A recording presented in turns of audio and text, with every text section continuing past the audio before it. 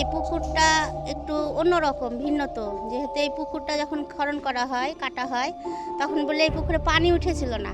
এই বটগাছ এরিয়াতে অনেকেই আসতে ভয় পান।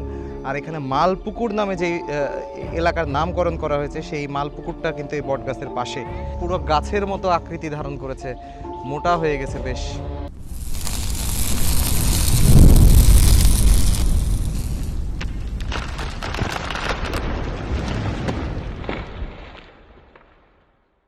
এলাকা জুড়ে যেদিকেই চোখ যাচ্ছে শুধু সবুজ আর সবুজ। বিভিন্ন ফসল, ন্যাচারাল ফসল, প্রাকৃতিক উপায়ে ফসল দেখছি। এই যে দেখুন এখানে শুধু বলা চলে যে এখানে যা দেখছি কোল্লাই রয়েছে, কোল্লা। আর এখানে আমি দেখলাম যে মরিচ চাষ করছে।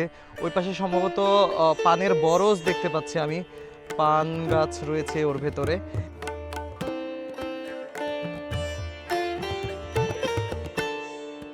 আর এই যে দেখুন তাল গাছগুলো, আসলেই মুগ্ধকর মুগ্ধকর পরিবেশ একটি। আপা অনেক জোরে জোরে আসলেন আমাকে কিছু বলার জন্য, সেই বিষয়টা আপনাদেরকে বলবো যে কেন এসেছেন। এই যে দর্শক দেখুন সামনে একটি কিন্তু বট গাছ রয়েছে, সেই বট গাছের বিষয়েই আপা কিছু বলতে এসেছিলেন। যে এই বট গাছটা অনেক পুরনো একটি বট গাছ। এই বট গাছ এরিয়াতে অনেকেই আসতে ভয় পান। আর এখানে মালপুকুর নামে যে এলাকার নামকরণ করা হয়েছে, সেই মালপুকুরটা কিন্তু এই বট গাছের পাশে। আপা আমাদেরকে এসে একটু সতর্ক করে গেলেন যে এখানে কোনো কিছু যাতে করে আমরা না হাত দেই, কোনো পাতায় যাতে করে না ছিঁড়ি, এরকম কিন্তু একটি বিষয় বললেন। কারণ এখানে নাকি বেশ কিছু সমস্যা রয়েছে। প্রাচীন যেহেতু মানুষের কুসংস্কারও বলতে পারি, কিংবা আপাতার জায়গা থেকে আমাকে সতর্ক করতে এসেছেন। এগুলো তো এখন আর এভাবে করে তো আর এখন আমরা এই বিষয়গুলোকে ওইভাবে প্রাধান্য দেই না, কিন্তু তারপরেও তিনি সতর্ক করতে এসেছেন। কিন্তু দেখুন এই যে এই বটগাছটি কিন্তু অনেক পুরনো একটি বটগাছ, যেটি দেখে কিন্তু বুঝতেই পারছি। আর এই সমস্ত বটগাছকে ঘিরে কিন্তু প্রাচীন যেহেতু বটগাছ, অনেক ধরনের মানুষের কুসংস্কার থেকে থাকে, কিংবা মানুষের মধ্যে ভ্রান্ত ধারণা থাকে, আবার অনেক সময় কিছু ঘটেও থাকে, আমি এটাও স্বীকার করছি। তো সেই জায়গা থেকে কিন্তু আজকে আমাকে আপা এসে সতর্ক করলেন। এই বটগাছটা একটু যদি দেখাই আপনাদেরকে দর্শক, এখানে কিছু লোক কাজ করছেন। এখানে যেহেতু ছায়া আর সামনে অনেক রোদ, এই জন্য কিন্তু এই ছায়ার পরিবেশে কাজ করছেন।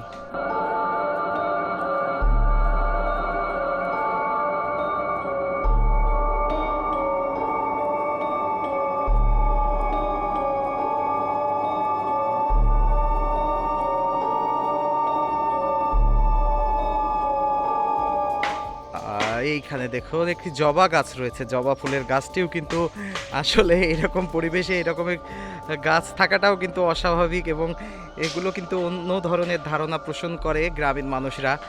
এই যে দেখুন এখানে একটি বেশ সুন্দর জবা ফুলের গাছ রয়েছে, এবং জবা ফুলও ফুটে আছে, অনেকগুলো জবা ফুল ফুটে আছে। এই যে দেখুন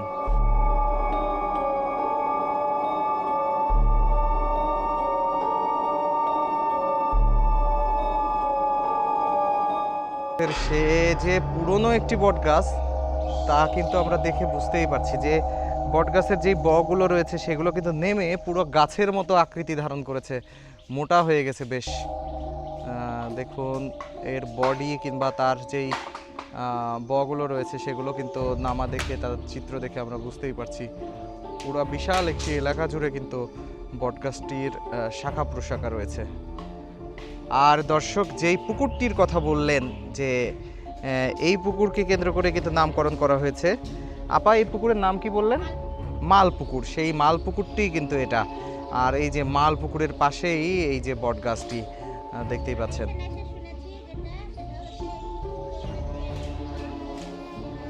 আমরা আপার কাছ থেকে এখানে যে পুকুরটি সম্পর্কে আপা বললেন, সেই পুকুরটি সম্পর্কে কিছু জানতে চাই। আপা এই পুকুরটি সম্পর্কে কি জানেন আপনি? আমি এখানে আসার পরে জেনেছি যে এই পুকুরটা একটু অন্যরকম ভিন্ন, তো যেহেতু এই পুকুরটা যখন খনন করা হয় কাটা হয় তখন বলে এই পুকুরে পানি উঠেছিল না। পানি না ওঠার কারণে এখানে পুকুরের ধান দুবলা সব কিছু এক বুড়িমা বলে এখানে পূজা দিয়েছিল। তো ওই পূজা দেওয়ার পর পানি উঠছে, আর ওই পানির নিচে বুড়িমার সহ তলিয়ে গেছে। সেই থেকে এটা হয়েছে মালপুকুর নাম। আর ওই বুড়িমা বলে পানির নিচেই তলিয়ে গেছে। আচ্ছা, এটা আপনার লোক মুখে শুনেছেন? হ্যাঁ, লোক মুখে শুনেছি, এখানকার মানুষ এই কথাই বলে। দর্শক শুনলেন যে এখানের লোকের মুখে কিন্তু এরকম একটি ধারণা কিংবা এরকম একটি কথা প্রচলিত রয়েছে।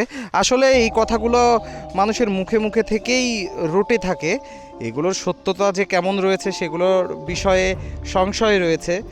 আমরা এগুলো নিয়ে তো এখন আর ঘাটাঘাটি করা কিংবা এগুলো কতটুকু সত্য এই বিষয়গুলো জানার তেমন একটা সুযোগ নেই, কিন্তু গ্রামীণ মানুষের মধ্যে এরকম ধারণা থেকেই থাকে, তাদের মধ্যে এরকম কথা হয়ে থাকে।